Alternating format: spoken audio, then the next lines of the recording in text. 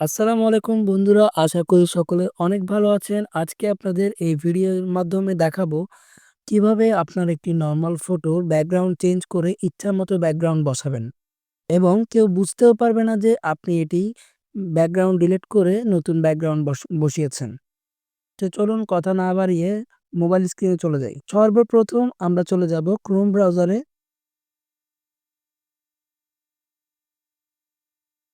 Chrome ব্রাউজারে অ্যাড্রেসে search করবেন রিমুভ ব্যাকগ্রাউন্ড।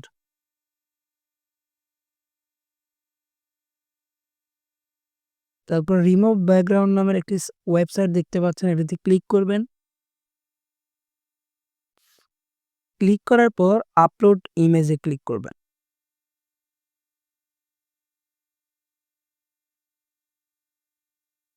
তারপর আপনাদের যেকোনো একটি ছবি সিলেক্ট করবেন, যেটির আপনি ব্যাকগ্রাউন্ড ডিলিট করে নতুন করে ব্যাকগ্রাউন্ড বসাতে চাচ্ছেন।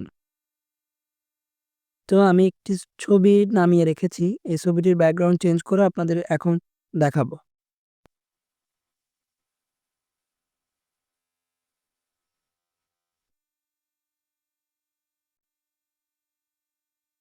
তো বন্ধুরা, আমার এই ছবিটির ব্যাকগ্রাউন্ড আগে রিমুভ করতে হবে। রিমুভ হয়ে গেছে। এখন আমরা নতুন ব্যাকগ্রাউন্ডের জন্য এখানে নিউ ব্যাকগ্রাউন্ড যে অপশনটি আছে এটি ক্লিক করব।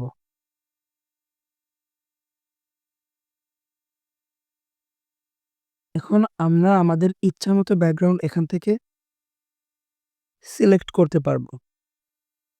ধরুন আমি এটা দিব।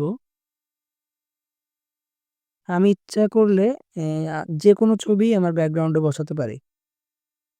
ধরুন আমি এটা দিব।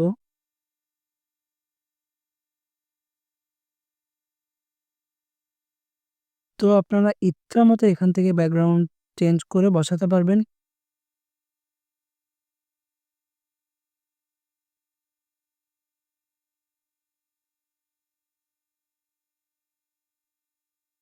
বসানোর পরে আপনারা ডাউনলোডে ক্লিক করলে ছবিটি ডাউন হয়ে আপনাদের গ্যালারিতে চলে যাবে। তো বন্ধুরা, এখন আমরা ডাউনলোড হওয়া ছবিটি ওপেন করব।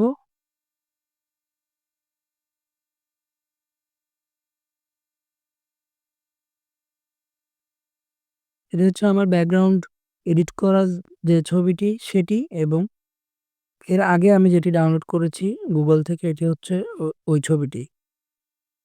তো আপনার ইচ্ছা মতো আপনাদের ছবি ব্যাকগ্রাউন্ড ডিলিট করে নতুন ব্যাকগ্রাউন্ড বসাতে পারবেন।